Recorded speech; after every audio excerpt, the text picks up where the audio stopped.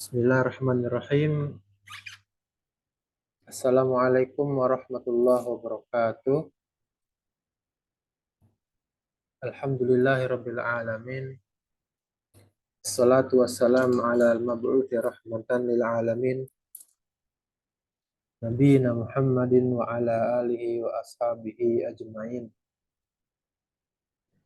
Ya ayyuhalladzina amanu taqullaha haqqa tuqatih wa la tamutunna illa wa antum muslimun.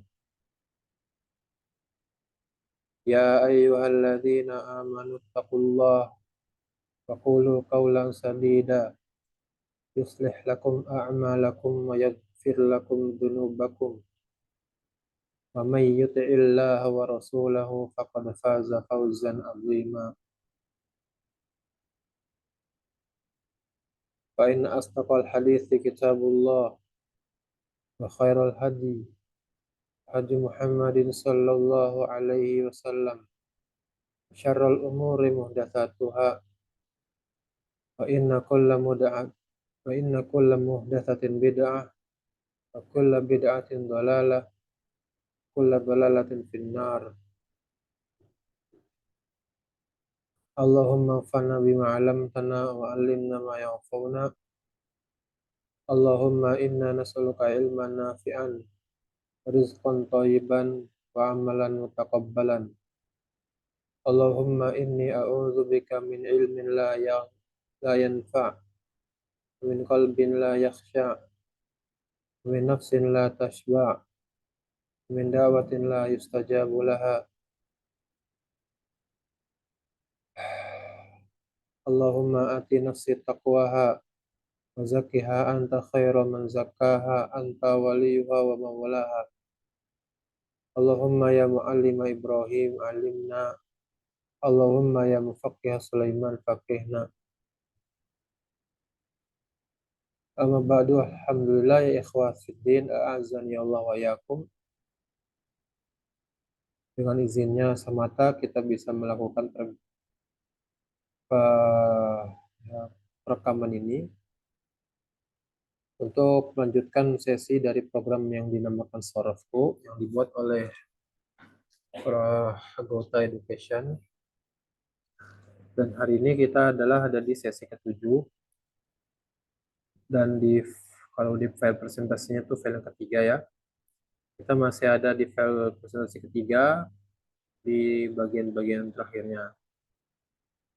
Dan program Sorofku sebagaimana disebutkan adalah program pengenalan tentang ilmu sorof secara global, sehingga tidak diberikan rincian-rincian. Dan tabiat ilmu begitu sebenarnya, semuanya dimulai dari yang kecil-kecil, dari yang kesimpulan-kesimpulan. Namun jangan cukupkan diri dengan ini. Kalau misalnya ada kemampuan, pelajari lagi pelajaran yang lebih rinci. Karena insya Allah dengan menguasai ilmu sorof, kemudian ditambah ilmu nahu, insya Allah bisa baca kitab, mengambil faedah-faedah dari Al-Quran, hadis, penjelasan yang ulama terkait tafsir Al-Quran, terkait hadis-hadis Nabi, diroyahnya, riwayatnya, fikih-fikihnya, ibadah, muamalah, dan juga bisa belajar sejarah, ilmu bahasa, ilmu akhlak, dan lain-lain ya. Dan itu semuanya adalah sesuatu yang luar biasa yang bisa kita ambil di sisa hidup kita, karena kita hidup di dunia ini hanya sekali. Kita tidak tahu sampai kapan di ulur ini waktu hidup kita, maka pantasnya kita memiliki sesuatu lah ya untuk kita kuasai dari ilmu syariat Islam. Karena ilmu ini yang dibawa Rasulullah SAW adalah satu-satunya wasilah untuk kita selamat di dunia dan akhirat. Satu-satunya wasilah untuk selamat di dunia dan di akhirat. Itu yang saya tahu ya. Dan itu manfaatnya, itu tujuannya, hikmahnya Allah mengutus Rasulullah SAW. Tidak dibebaskan, dibiarkan begitu aja manusia memilih jalan hidupnya seperti apa gitu. Nggak bisa ditunjukin adanya Rasulullah SAW dan mengajarkan umat-umatnya dengan ilmu-ilmu yang semua yang baik sudah diajarkan beliau dan semua yang jelek sudah diperingati oleh beliau. Dan kita harus mempelajarinya dan biarkan diri kita berlalu dalam tidak tahuan terkait ilmu syariat gitu ya. Jangan-jangan tauhid kita masih keliru, perlu dipelajari. Jangan-jangan ibadah kita masih keliru gitu kan. Jangan diem-diem aja. Jangan membiarkan diri kita mengikuti apa yang dilakukan oleh taklid buta pada kebiasaan yang berlaku. Jangan-jangan kebiasaannya ternyata ada yang nggak bisa diikuti. Begitu maka kita perlu belajar. Salah satu jalan masuknya adalah dengan nahu dan sorof ini. Baik, Ivan, kita lanjutnya. Kemarin kita ada di mana nih? Namanya kita sedikit memulai mengulang. Fil yang ada di sini adalah bagian dari eh, bagian tasrif yang ketiga, yaitu mengenal sorof-sorofnya untuk fiil gitu ya. Sebagaimana disebutkan oleh penulis Syekh Sulaiman bin Abdul Aziz Al-Uyuni, Hafizahullah Ta'ala. Paling enggak ada 5 kategori pelajaran sorof. Pertama, mengenal tentang mujarad dan mazid. Kemudian mengenal tentang mizan sorof, atau bahasa Inggrisnya measure gitu ya. Atau disebutin pola-pola lah ya, pola-pola kata, pola-pola katanya. Kemudian yang ketiga adalah tasrifnya untuk fiil. Yang ini dipelajari di pelajaran kita sekarang. Kita dipelajari fiil ditinjau dari konteks waktu, tentang madhi, mudhari, dan amr. Kemudian fiil ditinjau dari ada tidaknya huruf illah. Kalau ada huruf illah namanya fiil mu'tal. Kalau tidak ada maka disebut fiil sahih. Kemudian fiil ditinjau dia itu mutasorif, termodifikasi atau tidak. Bisa hadir dalam bentuk yang berbeda-beda atau tidak begitu ya. Kemudian ditinjau adanya objek atau tidak. Kalau tidak ada objek maka istilahnya lazim. Kalau ada objek namanya muta'addi. Fi'il muta'addi dan fi'il lazim. Kemudian yang kelima, fi'il bisa dilihat apakah disebutkan subjek, disebutkan fa'ilnya atau tidak. Kalau disebutkan fa'il, maka istilahnya fi'il ma'lum. Kalau tidak disebutkan fa'il, maka istilahnya fi'il majhul gitu ya. Kemudian kita sudah berlalu fi'il madi mayoritasnya menunjukkan waktu lampau, tapi bisa juga makna waktunya akan datang. Dan di pelajaran sebelumnya sudah disebutkan ada 19 pola fi'il madi, kemudian fi'il mudhari, bagaimana membuat fi'il mudhari, apa itu huruf mudhari'ah,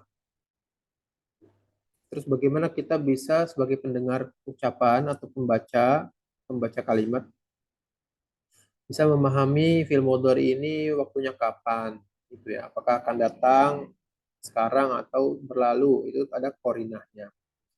Lalu mempelajari juga fi'il amr, bagaimana membentuk fi'il amr dan waktunya kapan, kemudian juga ditinjau dari ada huruf ilah atau tidak. Kalau tidak ada huruf ilah maka namanya fi'il sahih. Contoh roka'a, sajadah. Kemudian ada istilah fi'il mu'tal. Kalau di dalam kata tersebut ada huruf ilahnya. Huruf ilah adalah 3 huruf alif, waw, dan ya. Kemudian juga sudah lewat tentang pengenalan fi'il mahmuz. Yaitu kalau di kata fi'il tersebut, di kata kerja tersebut ada huruf hamzah. Contoh qoro'a, sa'ala, amaro. Kemudian juga ada fi'il mudho'af.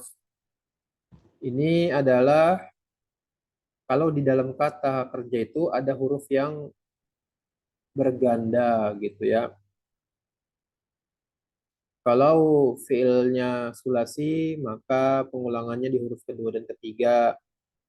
Kalau fiilnya rubai, maka pengulangannya itu huruf satu dan ketiga itu sama, huruf kedua dan keempat itu sama. Contoh waswasa, zalzala, dan contoh yang lain juga ada ya di bahasa Arab. Kemudian juga dikenalkan dengan istilah fiil salim. Ini istilah untuk fiil yang tidak ada huruf ilah, tidak ada huruf hamzahnya, dan juga tidak ada pengulangan huruf. Contoh sa'ala. Ini bukan fiil salim ya.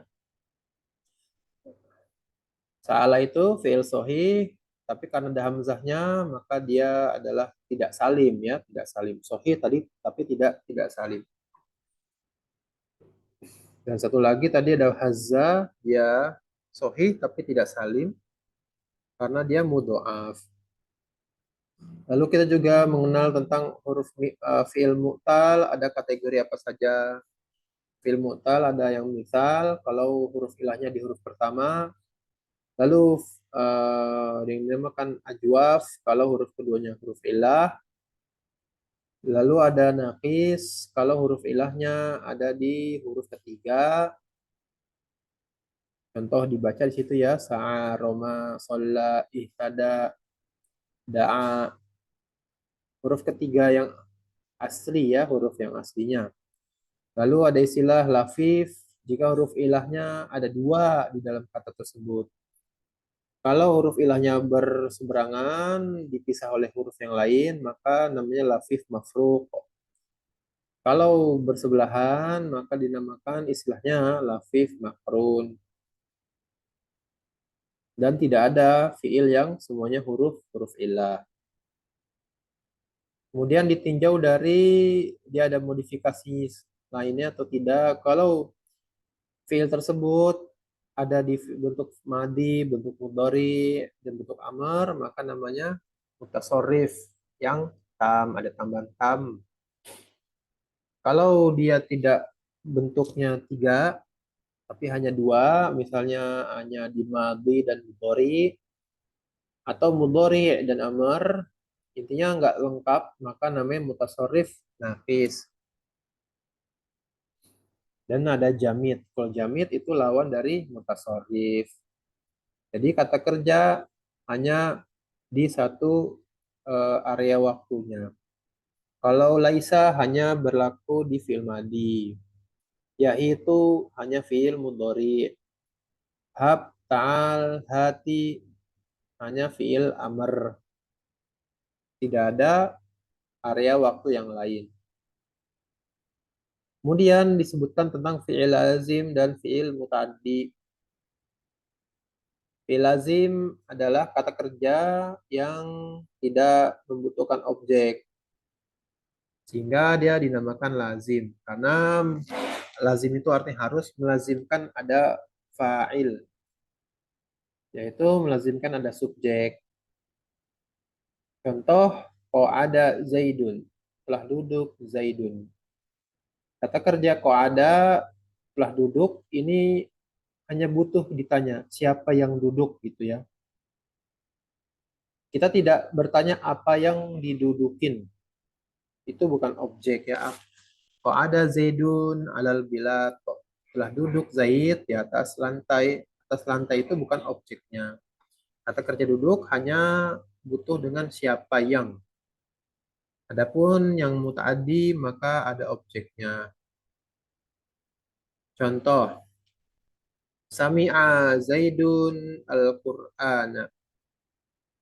Kata kerja Sami'a mendengar, tentu ada orang yang mendengar dan juga harus ada benda yang didengar. Objeknya apa? Di sini Sami'a Zaidun al-Qur'ana. Di sini ya, Sami'a Zaidun al-Qur'ana, maka Zaid mendengarkan Al-Qur'an. Maka Al-Quran ini adalah maf'ul bih.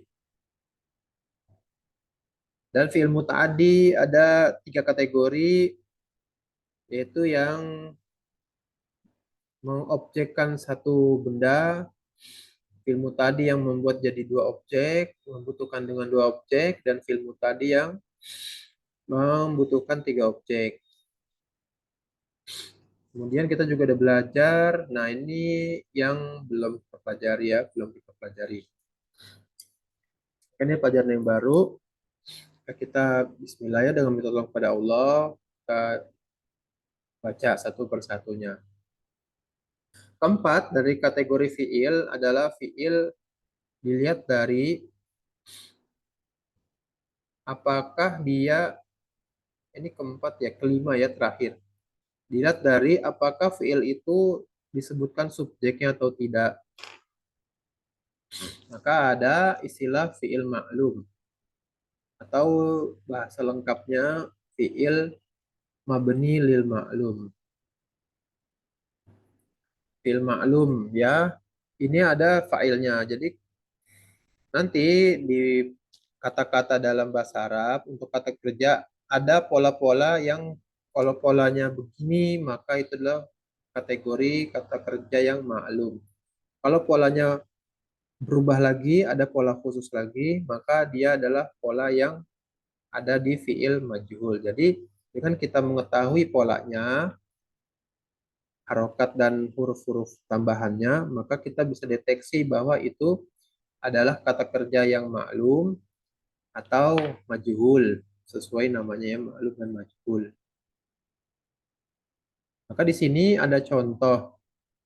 Hafidho Muhammadun Al-Qur'ana. Hafidho adalah kata kerja. Artinya sudah menghafal. Dan ini adalah bentuk fi'il ma'lum. Muhammadun, ini orangnya yang menghafalkan. Lalu ada pertanyaan, apa yang dihafalkan? Kenapa? Karena hafidho adalah masuk kategori fi'il yang memiliki objek. Jadi harus ada pertanyaan apa yang dihafal. Di sini ada jawabannya disebutkan Al-Qur'an. Maka hafidho ini adalah bentuk fi'il ma'lum. Kenapa dia sebut fi'il ma'lum? Nanti ada penjelasannya insya Allah. Kita jelasin dulu yang selanjutnya. Lalu ada istilah lagi fi'il majhul. Fi'il majhul atau lebih lengkapnya fi'il mabni lil majhul. Atau ada nama lainnya juga ya, ada dua nama istilah yang dibawakan oleh ulama. Nah, ini kalau fi'il majhul ini fi'il tidak disebutkan objeknya atau tidak disebutkan fa'ilnya. Diganti, nah fa'il itu kan subjek ya, fa'il itu subjek. Kalau di sini hafidho Muhammadun telah menghafal. Siapa yang telah menghafal? Muhammadun. Ah, yang di sini telah siapa yang menghafalnya nggak disebutkan begitu ya. Siapa yang menghafalnya tidak disebutkan. Makanya di sini dikasih keterangan diganti dengan kata lain. Maksudnya si fa'ilnya itu diganti. Diganti kedudukannya ya. Kedudukannya di sini harus ada yang menggantikan. Nah, di sini contoh hufidho Qur'anu, hufidhol Qur'anu. Artinya telah dihafal, apa yang dihafal? Al-Qur'an. Kalau sini Muhammad sudah menghafal Al-Qur'an. Bahasa Indonesianya mungkin ini kalimat aktif, ini kalimat pasif. Muhammad sudah menghafal Al-Qur'an. Kalau yang fil majhul telah dihafal Al-Qur'an. Ini terjemahan persis sama ya dengan urutan kata-kata di bahasa Arabnya. Kalau Hafizah Muhammadin Al-Qur'an, di sini ada kata kerja, di sini ada Muhammadun subjeknya. Ini kita tulis subjek. Lalu ada Al-Qur'annya objeknya. Adapun di sini Hufizah Al-Qur'an dengan kalimat pasif telah dihafal Al-Qur'an. Memang ini di benak kita dia adalah objek tetap ya, objek tetap objek. Di benak kita dia objek. Memang namanya kalimat telah dihafal, maka pertanyaan apa yang dihafal? Telah menghafal apa dan apa yang dihafal ya sama saja itu objek begitu ya. Tapi di sini kalau untuk bahasa Arab ada perbedaan istilah. Tapi kita nggak pedulikan apa istilah-istilahnya. Meskipun di sini sudah saya tulis ya di sini istilahnya ini. Yang kita perhatiin adalah harokatnya. Bahwa untuk fiil yang maklum dia di sini sesuai wazan fiil sulasi mujarotnya. Fiil sulasi mujarot itu ada apa saja kemarin kita tulis ya. Fiil sulasi mujarot kita tulis sini ya. Fiil sulasi mujarot ada tiga kategori ya, ada tiga. Apa aja tuh? Fa'ala, fa'ila, dan fa'ula. Gitu ya. Ini apa sih ngomongin fa'ila, fa'ala, fa'ula? Ini untuk melihat harokatnya. Untuk melihat harokat di sini. Maka kalau di sini adalah harokat fa'ila gitu ya. Tapi kita perhatiin aja di harokatnya ketika dia fi'il maklum dan ketika dia fi'il majhul. Kalau fi'il maklum, maka harokatnya kita nggak ada perdebatan ya, karena udah dipelajari ada fi'il sulasi mujarot yang ini. Maka kita ngikutin aja. Kalau ha, fa, dan do sebagai fi'il madhi, maka dia punya harokat itu hafizo, karena dia masuk kategori yang ini ya. Orang Arab menyebutkan ha, fa, dan zo sebagai fi'il madhi itu dia bacanya hafizo gitu. Jadi bentuk-bentuk yang ada di sini fi'il sulasi mujarot ini adalah bentuk fi'il yang maklumnya gitu, fi'il maklum. Adapun kalau dia bentuknya fi'il majhul, maka ada perubahan harokat. Perubahan harokat. Kalau di sini, meskipun nanti ada cabangnya ya, kalau ini untuk yang fi'il sulasi mujarot, berlaku di fi'il sulasi mujarot, maka bentuk fi'il majhulnya adalah huruf pertamanya dia di domah, huruf keduanya di kasroh gitu ya. Huruf pertama di domah, huruf kedua di kasroh. Kita tulis ya bentuknya. Ntar ini dikasih tulisan dulu ya. Pola katanya di fi'il majhul. Ini untuk fi'il sulasi mujarot ya, untuk fi'il sulasi mujarot. Panjangin dulu ya. Untuk fi'il sulasi mujarot ini adalah huruf pertama domah ya. Keduanya kasroh. Ini polanya. Jadi kalau kita lihat fi'il madhi, huruf pertamanya doma, huruf keduanya kasroh, berarti dia adalah dalam bentuk fi'il majhul. Kalau di sini hafizah Muhammadun Al-Qur'ana, ini adalah fi'il maklum, artinya Muhammad sudah menghafal Al-Qur'an.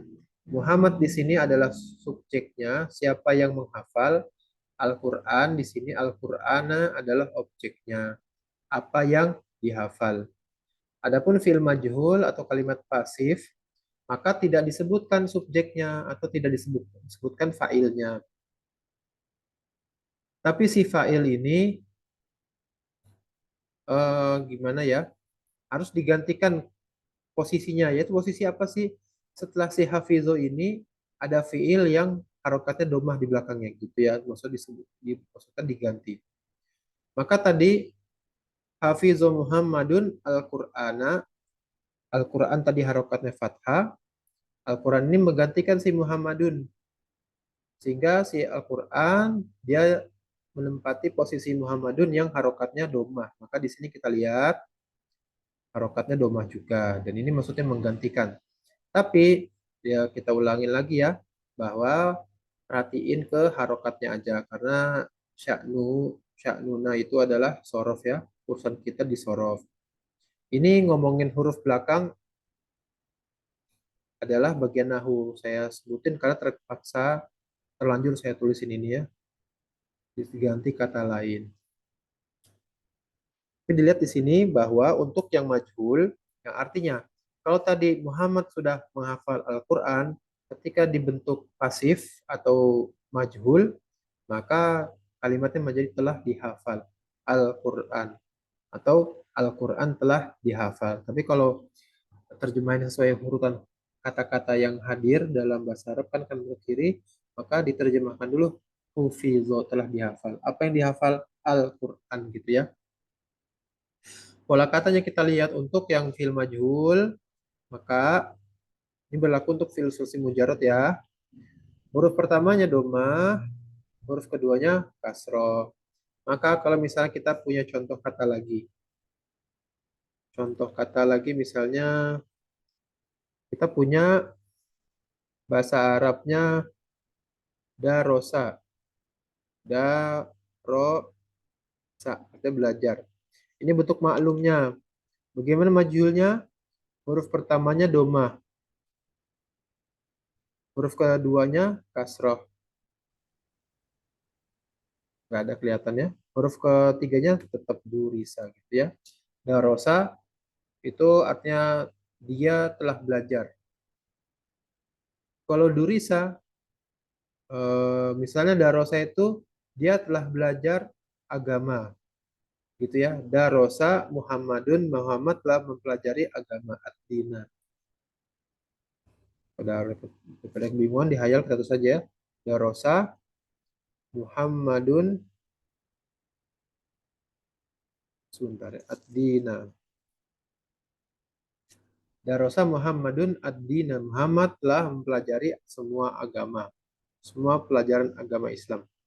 Maka kalau bentuk majhulnya tidak disebutkan subjeknya. Durisa ad-din. Itu ya langsungnya ad-din. Nah ini bentuk majhul nih. Durisa ad-dinu. Dari mana kita tahu dia majhul? Dari harokat fi'il madinya.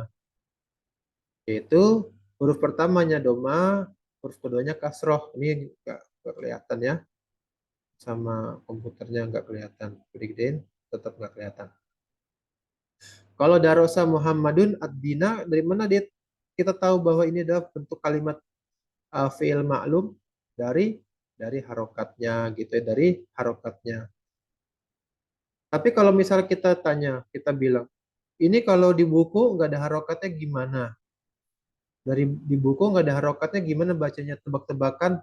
Oh tidak, itu biar nggak nebak memang perlu belajar nahwu. Tapi di sini kita kan belajar sorof, harokatnya muncul terus, harokatnya muncul terus. Nanti kalau di nahwu ininya nggak disebutin, huruf terakhirnya nggak dikasih harokat, tapi untuk huruf pertama dan kedua ya kan udah hafal ya, darosa ya, udah biasa di kuping kita dengar darosa. Nggak mungkin lagi kita ngomong paksa-paksain dari sun, dari sin.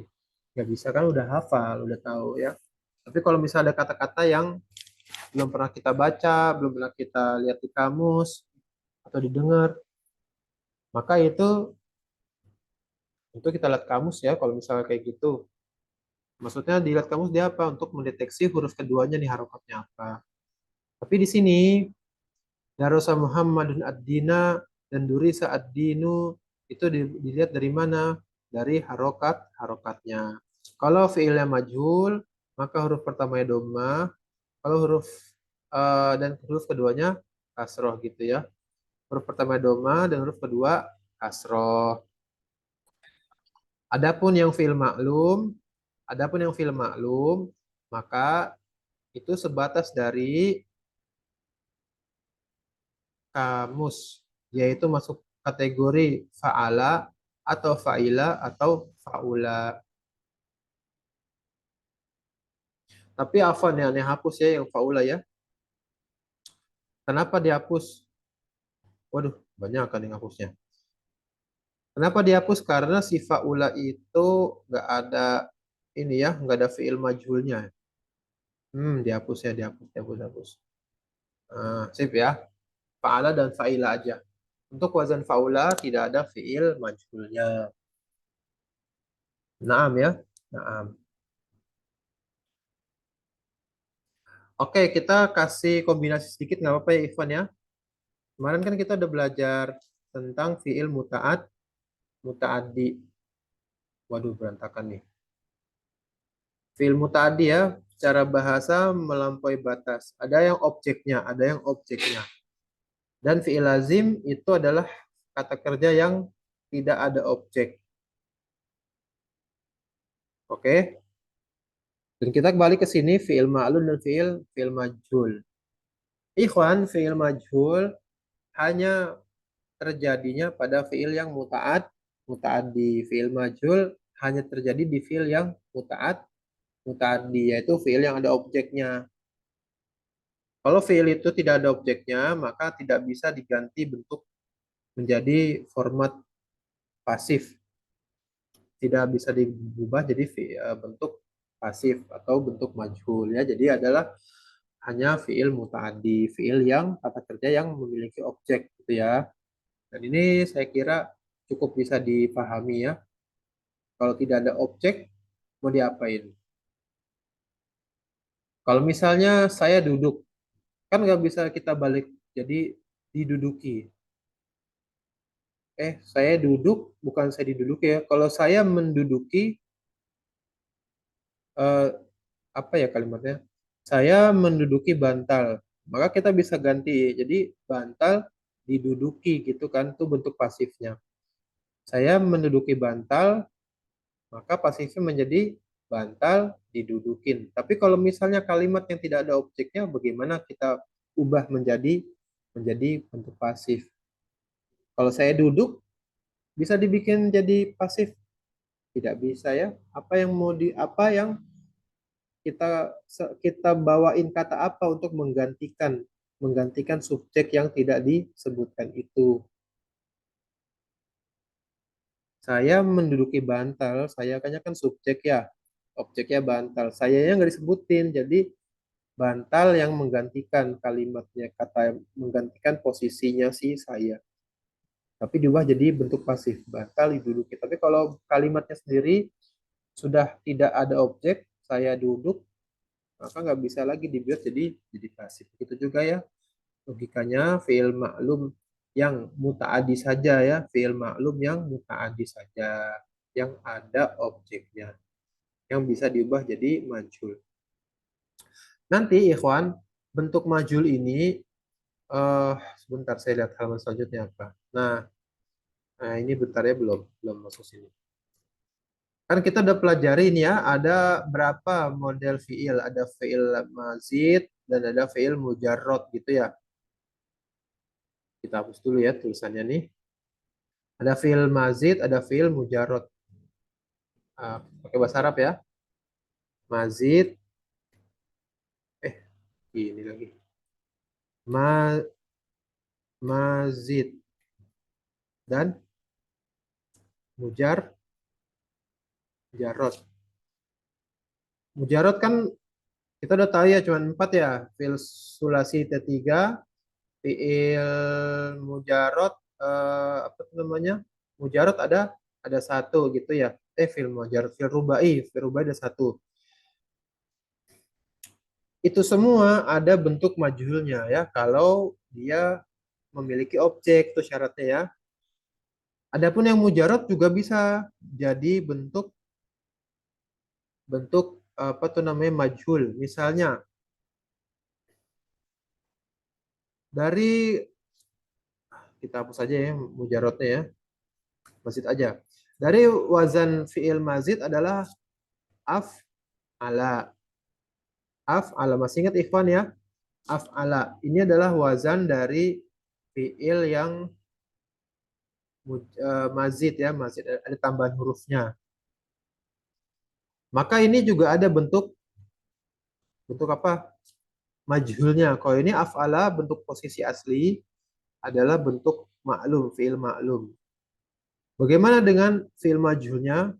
Dia juga ada polanya nih, saya kasih contoh aja satu ya. Uf ila, uf ila.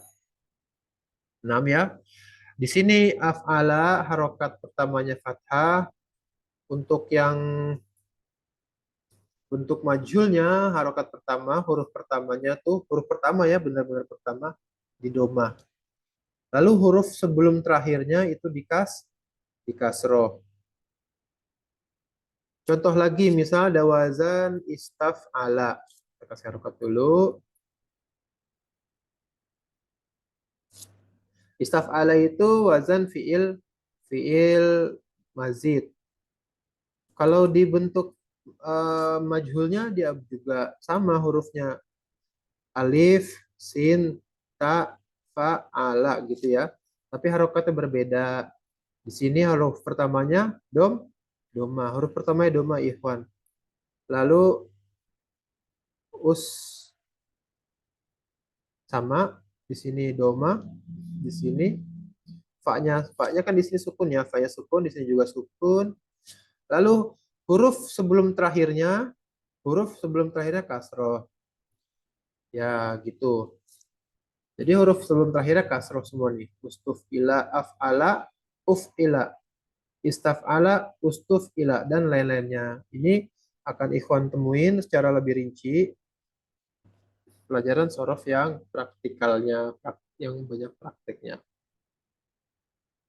Jadi kenapa saya tulis ini? Maksudnya untuk memberitahu aja bahwa yang bisa dibikin jadi bentuk pasif itu bukan hanya fiil sulasi ya, bikin saya fiil sulasi mujarot, tapi sulasi mazid juga bisa. Atau bentuk fiil rubai, misalnya bentuk rubai itu kan wazannya fa'lala ya, fa'lala, fa'lala. Kira-kira apa ya ikhwan bentuk majulnya? Ada polanya nggak nih? Hafizo, hufizo, ini fiil sulasi mujarot, asli 3 huruf asli semua. Ini juga sama, fa'alala, fiil yang terdiri dari 4 huruf yang semuanya huruf asli. Kalau dia bentuknya majhul atau pasif, menjadi apa dia harokatnya? Huruf pertamanya domah ya, huruf domah. Keduanya kan ada sukun. Dan sebelum terakhirnya di kasroh. Jadi fu'lila. Zalzala jadi zalzala nih. Zalzala. Zalzala. Maka kalau dia bentuknya majhul jadi zulzila wa zulzila zilzalan, ada begitu ya. Wa zulzila, dan diguncang dengan zilzalan syadidan, dengan goyangan yang luar biasa, sangat goyang. Nah ya ikhwan, barakallahu fikum. Jadi ini salah satu bagian pelajaran sorof terkait fiil. Ada bentuk ma'lum dan harokatnya tadi udah dirincikan, mudah-mudahan masih ingat. Lalu ada fiil majhul, apa harokatnya. Adapun nanti definisinya ma'lum itu apa secara rinci itu urusannya nahwu ya ikhwan. Dan saya sangat mendorong, mungkin ikhwan emang waktunya terbatas, tapi insya Allah ada waktunya kalau mau belajar, insya Allah selalu terbuka. Sebagaimana dulu ikhwan mempelajari pelajaran yang susah-susah bisa kan? Bisa, ini pun insya Allah juga bisa, sama aja. Bahkan lebih mudah sebenarnya. Kenapa? Karena dari hurufnya kita udah kenal. Cuman mungkin masih sedikit kadang-kadang interaksinya jadi agak agak merasa asing. Tapi kalau udah biasa kan sama-sama aja dengan huruf yang lain gitu ya, dengan huruf Latin. Naam ya, barakallahu fiik. Semangat ya Ikhwan. Kita masih ada umur, kita berusaha sebaik mungkin untuk mempelajari ilmu agama ya, nggak ilmu dunia aja. Ilmu dunia udah bermanfaat, ilmu agama lebih bagi bermanfaatnya. Nah, rincian ya. Fi'il majhul. Barakallahu fiik, yasarallahu lana. Ini rincian dari fi'il majhulnya. Tadi kan fi'il majhul disebutin di sini diganti kata lain gitu ya. Kata apa sih yang menggantikan subjek gitu ya? Kata apa yang menggantikan subjek? Nah, ini istilahnya mungkin sebagian Ikhwan baru atau merasa asing ya, karena jelasin. Maf'ul bih itu objek ya, maf'ul bih itu objek. Contoh, Qudiyal amru. Qudiyal amru ini bentuk majhul. Ikhwan udah tahu ya alasannya? Nih, harokatnya. Huruf pertamanya domah kan? Lalu ini maksudnya apa? Maf'ul bih itu menggantikan. Jadi kan begini ceritanya awalnya gini. Awalnya itu ada kalimat yang lebih panjang. Kodo, kodo al-hakimu. Hakim memberikan keputusan al-amro. Ya. Kodol hakimu al-amro. Hakim sudah membuat keputusan untuk perkara tersebut amrom. Kan namanya hakim kan dikasih berkas gitu. Pak Hakim ini ada persengketaan gitu ya. Hakim telah memutuskan al-amro, ya persengketaan tersebut gitu ya. Tadi begini kalimat lengkapnya. Kodo al-hakimu. Kemudian misalnya Ana ngomong nih ke Ikhwan. Udah difahamin ya namanya bikin bikin keputusan di pengadilan kan hakim ya. Jadi saya ngomong aja, perkara sudah diputuskan, udial amru gitu ya. Ini ada kata-kata yang aslinya ada hakimnya, kodol hakim, hakim nih yang membuat keputusan. Emangnya bukan hakim aja nggak bisa kan bisa aja presiden bikin keputusan, bisa aja gubernur kepala desa gitu kan. Jadi ditulis memang ada subjeknya, harus ada subjeknya kan. Tapi di sini saya ngomong dengan bentuk yang tidak membutuhkan fa'il, tidak membutuhkan subjek, yaitu kudial amru. Maka ketika muncul kata-kata yang bisa menggantikan fa'il adalah apa? Yaitu maf'ul bih. Kenapa? Ini kudial amru, kata-kata al-amru ini, kita kasih simbol ya, nih amru, itu aslinya di sini sebagai maf'ul bih, sebagai objek. Maka di sini maksudnya yang bisa menggantikan fa'il adalah contoh satu maf'ul bih. Artinya di amru di sini adalah maf'ul bih sebagai objek. Ketika dia seorang ini mengatakan dengan ungkapan pasif atau majul, maka si al-amru ini menggantikan menggantikan apa? Menggantikan si fa'ilnya.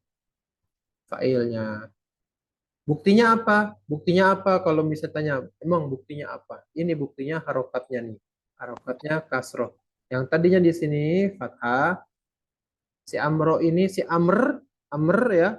Tadinya amro, si amr, kata amr ini menggantikan hakim. Sehingga hakim itu kan harokatnya domah, si amr juga dikasih harokat domah. Ini buktinya gitu buktinya ya. Jadi yang bisa menggantikan fa'il adalah maf'ul bih.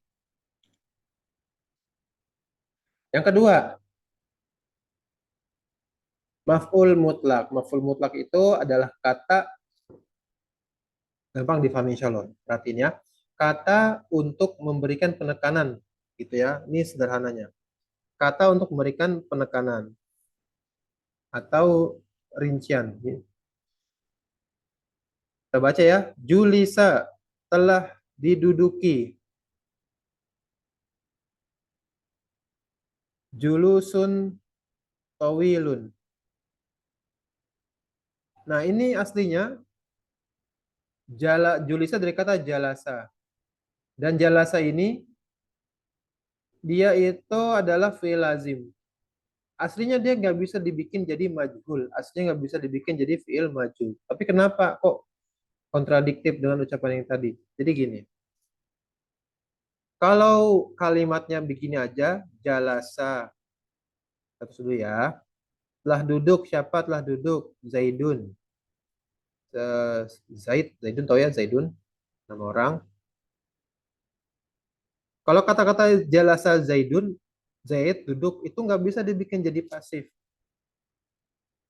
Tapi kalau ditambahin jalasa Zaidun, Zaid duduk, lalu kita kasih kata tambahan untuk menjelaskan cara duduknya. Gitu ya, nanti Ikhwan belajar lagi. Nahu, Birinca. Dikasih kata-kata julusan dengan duduk towilan. Towilan gini. Nah, gini Ikhwan, kalimat aslinya tuh begini. Jalasa Zaidun julusan tawilan. Zaid duduk. Selesai nih kata-kata jalasa Zaidun ini selesai. Tapi saya mau ngasih keterangan tambahan. Biar orang yang dengar itu lebih lebih apa ya, lebih sempurna mengetahui kondisi si Zaid. Julusan tawilan duduknya lama loh, lama nih gitu kan. Kalau jalasa Zaidun yang dengar bebas dia menerka-nerka duduknya sebentar kah atau lama atau pertengahan gitu kan, dikasih keterangan sama saya julusan tawilan. Kata-kata julusan tawilan ini cara ringkasnya adalah maf'ul mutlak gitu istilahnya ya, maf'ul mutlak. Nah, maka ketika kata-kata jalasa Zaidun julusan tawilan, ini kan maf'ul mutlak nih. Nah, dia yang menggantikan si fa'il. Maka di sini kita lihat deh, nggak ada kata-kata Zaid, Zaidunnya lagi. Ya, artinya jadi dia telah duduk, artinya sama dengan duduk yang lama. Tapi harokatnya berbeda ya, Ikhwan. Kenapa dibedain? Karena dia menempati posisi Zaid. Zaid itu kan doma. Sehingga si julus yang tadinya di sini julusan, ya kan? Karena si julusan tawilan ini menggantikan fa'il nih, ya kan? Menggantikan fa'il, maka dia ngikut harokatnya dengan si fa'il. Gitu ya maksudnya ya. Insya Allah mafhum ya, gampang difahami insya Allah. Nah, sekarang nomor 3, Ivan. Apa yang bisa menggantikan si subjek ya fa'il? Ini muncul istilah lagi, zorof zaman. Nah, Allah. Kata keterangan waktu ya bahasa Indonesia. Kata keterangan waktu. Zaman itu waktu ya. Makan itu tempat. Zorof kata keterangan. Kata keterangan tempat atau kata yang menunjukkan waktu gitu ya. Tempat atau waktu. Ini bentuk majhulnya nih. Julisa al-yaumu. Ini bentuk majhul. Telah duduk pada hari ini. Gitu maksudnya. Telah duduk pada hari ini. Di kalimat ini nggak ada keterangan siapa yang duduknya. Kita nggak pernah tahu kan. Karena nggak disebutin. Siapa yang duduknya itu sudah ditutupin. Karena kalimatnya ini kalimat yang pasif ya. Pasif. Kelihatan nggak? Ini kalimat pasif nih, jadi nggak ada si subjeknya. Tapi harusnya ada gitu ya, harusnya ada subjek. Karena aslinya begini ya kita tulis. Misalnya kita tulis dengan bentuk maklum ya, dengan bentuk maklum. Jalasa. Jalasa, siapa nih jalasa? Umar ya, Umar. Jalasa Umar. Salah harokat. Jalasa Umar. Artinya begitu. Jalasa Umar gini ya. Al-yauma. Gini aslinya ikhwan, zorof itu harokatnya fathah. Ya, zorof itu harokatnya fathah. Aslinya begini, Julisa Umar, Umar duduk. Udah selesai, boleh nggak selesai dengan kalimat itu aja dua kata, Julisa Umar? Boleh? Boleh ya, boleh. Tapi saya pengen tambahin, nggak boleh nggak dikasih al-yauma, hari ini artinya. Boleh juga. Dan al-yauma ini namanya hari ini. Hari ini berarti keterangan waktu, ya kan hari ini. Kalau dikasih besok boleh? Ya boleh. Atau dikasih nama apa Ikhwan? Misalnya nama hari. Julisa Jalasa Umaru al-Isnain. Boleh? Boleh. Karena Senin kan keterangan waktu. Waktunya maksudnya hari kan. Masuk waktu juga. Di sini al-yauma artinya hari ini. Telah ditemukan Umar kemarin duduk. Kemarin. Hari ini, misalnya saya ngomongnya malam-malam. Al-yauma, hari ini Umar duduk. Mungkin dari pagi sampai siang, begitu kan? Kan masih hari ini. Nah, ini aslinya jalasa Umaru al-yauma. Nah, ketika dibikin jadi pasif atau majhul, maka tentu saja si Umarnya seperti pola-pola yang lain ya. Di sini kan juga sama kan Zaid, juga nggak ada Zaidnya di sini. Nah, si Umar sebagai fa'il itu nggak muncul di sini. Harusnya ada di tengah-tengah kan antara jalas dan al-yaum. Tapi berhubung dia menyampaikan kalimatnya, ungkapannya dengan pasif, dengan majhul, maka si fa'ilnya nggak ditulis. Kalau di sini nggak ditulis. Kalau misalnya kita ketemu ya kita ngomong begitu ya. Kita ngomong. Tapi al-yauma, si zorof ini, kata keterangan waktu dan tempat itu dalam bahasa Arab itu harokatnya fathah. Karena dia menggantikan si Umar, posisi Umar, dan Umar itu harokatnya doma, maka di sini al-yaumu, ada perubahan dari fathah sebelumnya. Nah ya, dan keempat jar majrur. Jar majrur itu konsep format kalimat yang didahului huruf jar ya, huruf jar namanya huruf jar. V itu huruf jar. Format kata yang didahului huruf jar, lalu ada kata selanjutnya begitu ya. Kata selanjutnya ini istilahnya majur. V di sini istilahnya jar atau huruf jar gitu ya. Huruf jar itu ada beberapa. Di sini V. Dan ini tentu aja ya. Harokat pertama doma, harokat kedua kasroh. Berarti bentuk majhul. Ikhwan Fiddin azaniyallahu wa yakum. Pertanyaan selanjutnya, bentuk maklumnya apa? Gitu ya, bentuk maklumnya apa? Anda kira antum pada bisa udah.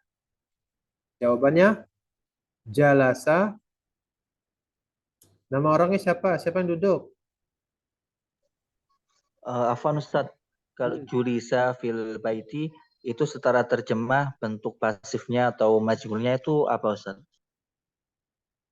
Iya, telah duduk di rumah gitu. Telah duduk di rumah. Tapi nggak disebutin siapanya gitu ya.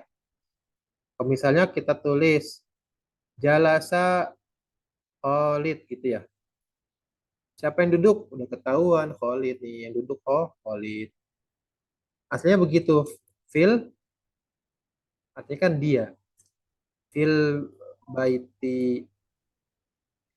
Telah duduk Khalid di rumah.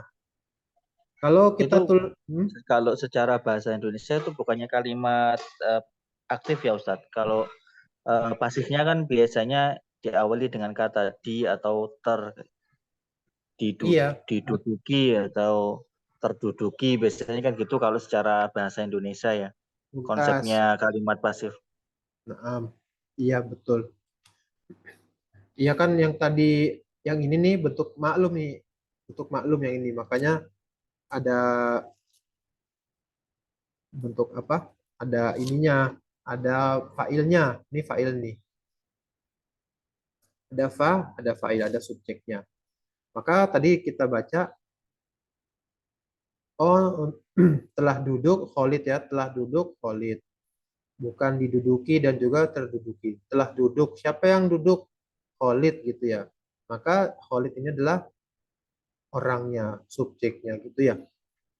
Dan di sini ada kata keterangan tempat lah ya, fil baiti. Tapi kalau di bahasa Arab, kalau ada huruf jar namanya jar majrur ya, bukan tadi kan kata keterangan waktu kan di sini zorof ya, zorof. Tapi di sini meskipun sama-sama menunjukkan tempat di dalam rumah gitu ya, fil bait di dalam rumah. Tapi ini namanya jar majrur. Jadi ada kata-kata jalasa kholidun dan ini sudah lengkap nih. Kalau misalnya saya ngomong jalasa kholidun, orang udah paham. Tapi kalau cuma ngomong jalasa, jalasa, orang yang dengar belum puas itu, kupingnya belum enak. Harus ada keterangan siapa yang jalasa gitu ya. Kalau kita ngomong jalasa Khalidun, udah selesai deh, nggak ada penasaran lagi. Lalu ditambah kata fil bait ini jar majrur, memberikan kata tambahan keterangan bahwa jalasnya duduknya itu di dalam rumah. Nah, bagaimana kalau bentuk kalimat yang ada jar majrur, dia si pembicara tuh pengen lebih ringkas gitu, lebih ringkas.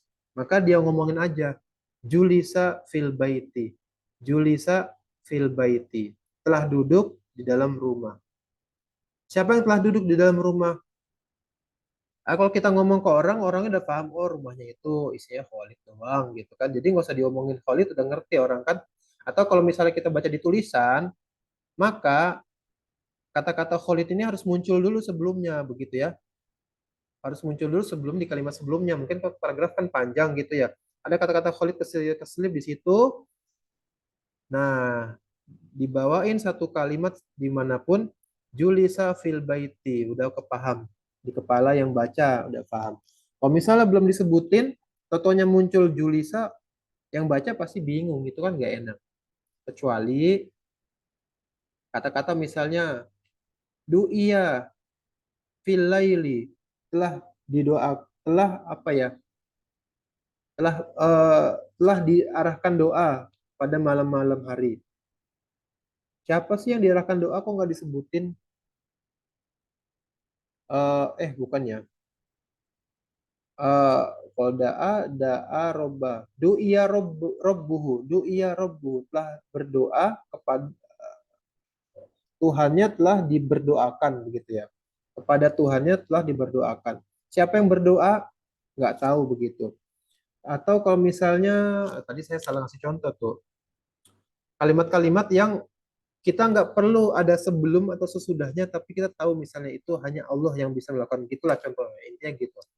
Jadi kalau misal di kalimat misalnya istighfaro, nggak disebutin kepada siapa kamu meminta maaf, minta ampun. Robbah, kan saya robbahu atau Allah. Misalnya nggak disebutin objeknya, oke-oke aja pahamnya. Oke-oke aja paham. Umumnya gitu kan, umumnya gitu. Tapi kalau di sini, untuk yang kalimat yang ini Julis Jalasa Khalidun misalnya, maka kata-kata Khalidun kalau di kalimat bacaan harus ada disebutin dulu gitu ya. Kalau nggak disebutin, misalnya Ikhwan yang pengen nulis pakai bahasa Arab, lalu pengen bikin bentuk kalimat majhul, maka sebelum kalimat kalimat majhul itu pastikan orang yang baca nggak salah paham nanti gitu ya, nggak salah paham. Maka harus muncul dulu kalimat yang menunjukkan si si orang yang duduknya itu ya. Tapi kalau misalnya Allah Subhanahu wa taala, kita tahu ya cuman dia satu-satunya pencipta, dia satu-satunya yang kita berdoa, minta maaf, minta ampunan, minta macam-macam, nggak disebutin subjek, maka orang nggak bakal salah paham begitu ya, nggak bakal salah paham. Harusnya sih gitu ya, harusnya nggak salah paham ya. Naam ya, naam. Tapi hukum asalnya kita bilang kalau misalnya kalimat mau dibikin bentuk majhul, maka apakah dia ada apa nih? Ada maf'ul bihnya, atau dia ada maf'ul mutlaknya, atau dia ada lazorof, kata keterangan, tempat dan waktu, atau ada jar jar majrur. Dan yang paling penting adalah harokatnya. Kalau maklum harokatnya gimana? Tadi kan fa'ala, fathah semua. Tapi kalau yang majhul, maka huruf pertamanya doma, huruf keduanya kasroh. Nanti ikhwan bisa lihat di Al-Quran, lagi baca Quran. Qudiyal amrul lazi fihi tastaftiyan. Itu ucapan Yusuf pada temannya yang di neraka, astagfirullahaladzim, yang di penjara, yang minta takbir mimpi. Maka disebutkan dengan Qudiyal, dengan bentuk majhul. Nah, kita tahu nih Qudiyal nih, berarti ada failnya. Siapa failnya enggak? Ya itu nantilah ditafsir gitu ya, jadi tafsir Al-Qur'annya.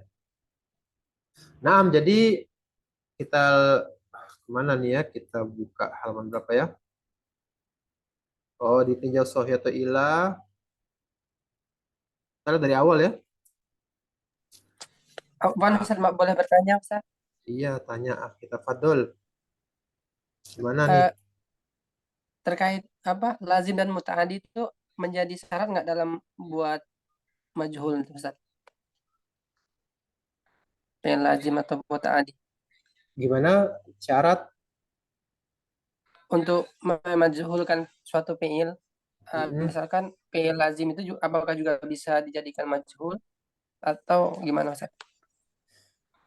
Pada dasarnya kan nggak bisa kan? Kalau ada dasarnya nggak bisa. Kalau kita baca makalah-makalah juga nggak bisa disebutin. Tapi ketika kondisinya ada begini, ya kan yang tadi tuh, itu ada ada maf'ul bihi kan pasti ya. Kalau maf'ul bihi kan berarti fi'il muta'addi ya. Kalau ada maf'ul bihi kan berarti pasti fi'il muta'addi. Ini kan berarti nggak masuk pertanyaannya akhi ya. Hmm. Tapi kalau ada maf'ul mutlak, zorof, zaman dan majrur, ini kan jalasa semua nih fi'il fi'il lazim ya, fi'il yang tidak ada objeknya. Ternyata bisa. Tapi Hmm. yang menggantikan fa'ilnya bukan maf'ul bih, tapi si dia ini nih. Jadi Hmm. kalau diterjemahin mah sama aja ya, terjemahin sama aja. Jalasa Hmm. Zaidun, Zaidun telah duduk. Julusan tawilan duduknya lama. Kalau misal Julisa telah duduk dengan duduk yang lama, tapi siapanya kan nggak disebutin. Hmm. Jalasa Umaru al-yauma, telah duduk Umar hari ini. Julisa telah duduk titik al-yaumu hari ini. Ya, ini fi'il lazim ya. Fi'il lazim, fi'il lazim. Kalau kodok fi'il muta'addi. Tapi namanya fi'il lazim, kalau misalnya ditanya maju apa bentuk majulnya apa, berarti begini ya. Tapi kalau misalnya tidak ada maf'ul mutlaknya, tidak ada zorofnya, tidak ada jar majrur, terus diucapin dengan bentuk majul, boleh apa enggak? Kalau yang tak baca sih nggak bisa harusnya gitu ya, nggak bisa. Kalau misal dipaksain bisa, berarti kalimatnya bukan kalimat yang fasih gitu. Itu kon, kon, kon- konsekuensinya. Tapi kalau misalnya nanti Ikhwan baca lagi yang lain ternyata bisa, ya berarti itu bisa. Tapi sejauh ini Anda baru dapat ilmunya bahwa kalau fi'il lazim alias fi'il yang tidak ada objeknya itu dia nggak bisa begitu saja jadi majhulkan. Nah, Kecuali, kecuali, jazakumullah khairan. kecuali begini ya, konteksnya begini. Nanti yang menggantikan si fa'ilnya, si dia ini kan maf'ul mutlak, zorob, jar majrur. Nah ya, barakallahu fiik. Untuk rinciannya bisa untuk kayaknya nahu ya, ini urusan nahu. Oke, Ivan, intinya itu ya Ivan ya. Kalau misalnya ini Nah, belum mudeng-mudeng amat sebagian Ivan, apa nih maf'ul mutlak zorof? Intinya targetnya ini ya harokatnya, targetnya harokatnya. Julisa sama jalasa harokatnya ya. Huruf pertamanya doma, huruf keduanya kasro. Ini kalau fiil sulasi mujarrad. Nanti rinciannya tadi kan udah ya, tadi udah ya. Yang fiil rubai juga udah tadi, fiil sulasi mazid juga udah. Tapi udah dihapus coret-coretannya. Nanti di rekaman bisa di screenshot dah tulisannya tadi. Naam jazakumul khairan, akhi. wa yakum Ustaz, wa jazakumullah khairan. Kemudian pertanyaan terakhir nih ya. Kenapa fa'ilah tidak disebutkan? Kenapa kok orang itu nggak ngomongin aja sih, kan bisa gampang ngomong jalasa Umaru, jalasa Umaru al-yauma. Kita kan ngomong Umaru yang nggak nyampe setengah detik. Kok kenapa nggak disebutin aja? Emang apa capeknya gitu kan? Ada alasannya. Gitu juga ketika tulisan Julisa, julusun towilun. Kenapa Umar nggak disebutin? Apa pengen hemat tinta pulpen? Apa waktunya terlalu banyak habis dengan menuliskan Umar, kan nggak juga. Sebenarnya apa alasannya tidak disebutkan? Sebenarnya ini bisa kita nalar juga ya, sebagaimana kita kan dalam bahasa Indonesia juga ada ya kalimat aktif, kalimat pasif gitu kan. Kita bisa berkaca lah kepada diri kita sendiri. Kenapa kita nggak menyampaikan dengan kalimat aktif, malah dipasifin. Itu bisa bercermin pada bahasa kita. Kalau di sini bahasa Arab disebutin misalnya karena satu bisa filenya udah terlalu masyhur lah, nggak disebutin pun orang nggak salah paham kan. Intinya salah satu intinya itu orang yang dengar nggak salah paham gitu ya, orang yang didengar nggak salah paham. Kalau misalnya udah sangat masyhur nggak disebutin pun aman lah, amnun minal iltibas, dari salah paham. Atau misal disebutin sariko fulan asayaro, fulan mencuri mobil. Ternyata fulan ini orangnya gampang nusuk-nusuk orang, gampang bunuh, gampang orang jahat sekali. Wah, kalau saya sebutin namanya ini nanti terancam nyawa saya. Ya, nggak sebutin lah begitu ya. Kalau saya sebutin nanti kena pasal UU ITE nih, bahaya nih, nggak disebutin gitu kan, atau dipleset-plesetin begitu. Nah, itu bentuk salah satu motivasi juga kenapa jadi bentuk majhul. Ya, dan macam-macam ya makna-maknanya. Bisa juga nggak disebutin kenapa? Dia terlalu mulia buat saya sebutkan namanya. Misalnya kita ada orang begitu ya, macam-macam ya, motivasi hati kait kenapa nggak disebutin aja subjeknya. Nah ya. Nah, ini bagaimana membuat kata yang maju. Ternyata ada poinnya di sini ya. Selesai. Jadi kita liatin kalau fiil madi tadi udah ya, sekarang kalau fiil mudhari. Kita tulis ya, kalau fiil mudhari gimana dia ngemajhulin. Apa nih Ikhwan, kita bawain kata apa sebagai fiil mudhari? Fiil mudhari'nya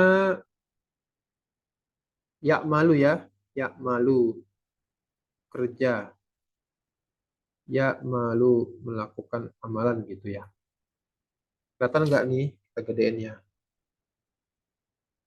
Ya malu. Ya malu ini fiil mudhari yang maklum, fiil mudhari yang maklum. Kalau fiil mudhari kita perlu detail lagi, nggak apa-apa ya, kan udah belajar ya Ikhwan ya. Nah gini, sebentar kok begini sih? Ulang ya, ulang guys. Kita punya fiil mudhari ya malu. Ya malu. Ya malu. Dia mengerjakan. Ya malu. Bentar, kita lihat dulu. Ya malu ini asalnya fiil madi sulasi atau rubai gitu ya. Jawabannya sulasi. Sulasi. Sulasi mazid atau sulasi mujarot. Nah, itu harus dirinci. Sulasi Sulasi mujarot. mujarot, ya benar Mumtaz. Amila ya malu. Nah, kalau misalnya fiil mudhari'nya yang begini modelnya, aslinya dari fiil yang mujarot, sulasi, kita tulis lagi huruf-hurufnya ya. Ya, ain, mim, dan lam. Ya malu di sini tentu saja harokatnya berubah ya. Kalau nggak berubah mah nggak berubah makna gitu ya. Karena bahasa Arab bahasa yang luar biasa ya. Mau mengganti makna tinggal ganti aja harokatnya satu udah berubah. Di sini mirip dengan yang fiil madi. Fiil madinya kan jalasa, julisa, fiil amr, fiil mudhari juga ya'mal, yu'mal. Huruf pertamanya domah. Yu'milu. Huruf nah gini. Untuk yang tiga, untuk yang fiil aslinya tiga, yang mujarad itu huruf terakhirnya fathah dulu akhi. Yuk malu. Yakmal, yukmal. Yadrusu, yudrosu. Yadrusu, bentar terusnya. Yadrusu.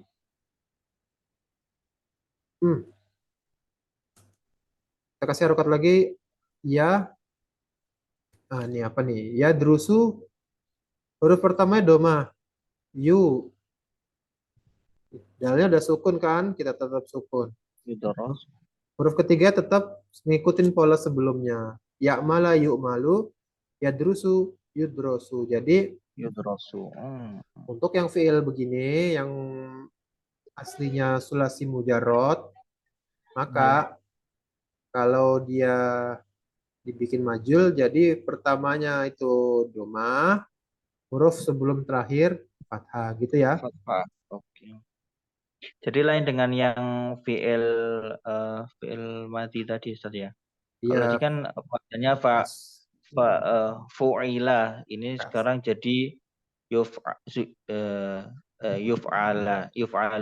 nah, jadi huruf sebelum terakhirnya gitu ya, beda ya. Huruf sebelum terakhir. Kalau yang julisa, huruf sebelum terakhirnya kasro. Yang ini fathah. Ini untuk yang fiilnya mujarot. Tapi kalau misalnya kita kasih contoh ya, yang fiil sulasi mazid.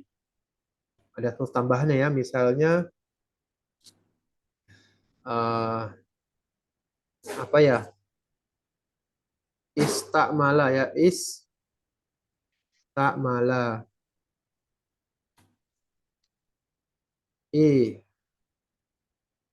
Istakmala itu fiil madi ya. Yastakmilu, yastakmilu. Yastakmilu tuh fiil mudhari artinya menggunakan benda. Nah, gimana kalau fiil majhul kita terus dulu huruf-hurufnya. Yastu malu. Nah, huruf pertama tetap doma sama dengan yang fiil mujarot tadi yang ya malu yuk malu. Yastafilu, yastamilu, depannya tetap yu ya, tetap yu.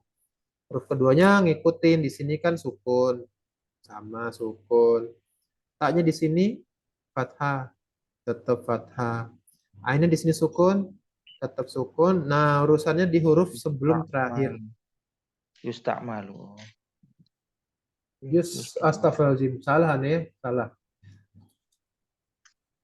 Yustu ya, yustu. Jadi kaidahnya ada perbedaan dengan fiil madiyah. Perbedaan. Tapi yang terakhirnya apa? Huruf sebelum terakhirnya kasroh. Yastaktibu,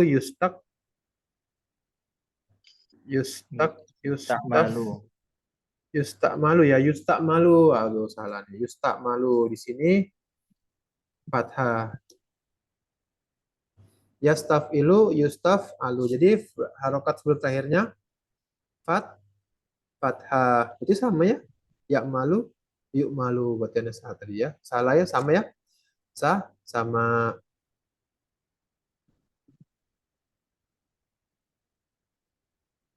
Kalau yang harokat sebelum terakhirnya kasro itu ini ya, fi'il madi ya, fi'il madi ya. Fi'il madi. Nah, jadi gitu ya. Jadi ternyata mirip-mirip aja. Cuman di sini huruf tambahan kan. Ada huruf tambahan taknya di sini. Taknya fathah juga. Namanya jadi al-ikhwah yang paling penting dari maklum dan majul ini kita bisa bedain dari harokatnya. Nanti urusan selanjutnya kalau kita dengar, kita kan kalau ngomong kita dengar suara ya, otomatis ada harokatnya. Tapi kalau misal kita baca dan nggak ada harokatnya, nah itu urusannya di ilmu nahu. Nahu nggak? Nahu iya. Kenapa kita butuh nahu? Karena kita bisa mendeteksi itu maklum atau majhul, itu kita lihat konteks kalimat dan kita lihat kata sebelum dan kata sesudahnya. Kayak kita kan ada logika bahasa gitu ya. Logika bahasa kita